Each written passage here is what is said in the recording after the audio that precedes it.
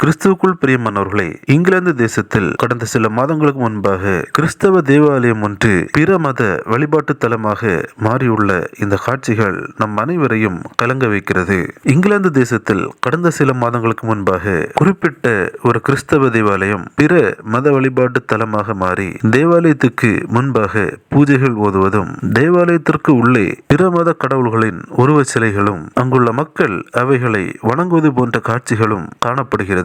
கிறிஸ்தவ தேவாலயம் ஒன்று பிற மத வழிபாட்டு தலமாக மாறியுள்ள இந்த காட்சிகள் அநேகரை அதிர்ச்சியடைய வைத்துள்ளது. ஒரு காலகட்டத்தில் கிறிஸ்தவத்தையும் கிறிஸ்துவின் அன்பையும் உலகெங்கும் சென்று பிரசங்கிக்க மிஷனரிகளை அனுப்பிய இங்கிலாந்து தேசம் தற்போது தேவனுக்கு பிரியமில்லாத காரியங்களை செய்து வருவது மிகவும் வேதனை அளிக்கிறது. குறிப்பாக அங்கு சுவிசேஷம் அறிவிக்கும் கிறிஸ்தவர்களையும் கைது செய்யும் காட்சிகளும் சமூக வலைதளங்களில் வெளியாகி கிறிஸ்தவ நாடு தற்போது படிப்படியாக கிறிஸ்துவை விட்டு வெளியேறிவிட்டது என்ற செய்தியையும் நமக்கு மிக தெளிவாக உணர்த்துகிறது. இதனை பற்றிய உங்களின் கருத்துக்களை கமெண்ட்ஸில் தெரிவியுங்கள். கிறிஸ்துவுக்குள் பிரியமானவர்களே, இந்த தகவலை தவறாமல் உங்கள் நண்பர்களுக்கும் பகிருங்கள். எங்களோடு இணைந்து பயணிக்க இந்த சேனலை சப்ஸ்கிரைப் செய்து கொள்ளுங்கள். தேவன் தாமே உங்களை ஆசீர்வதிப்பாராக.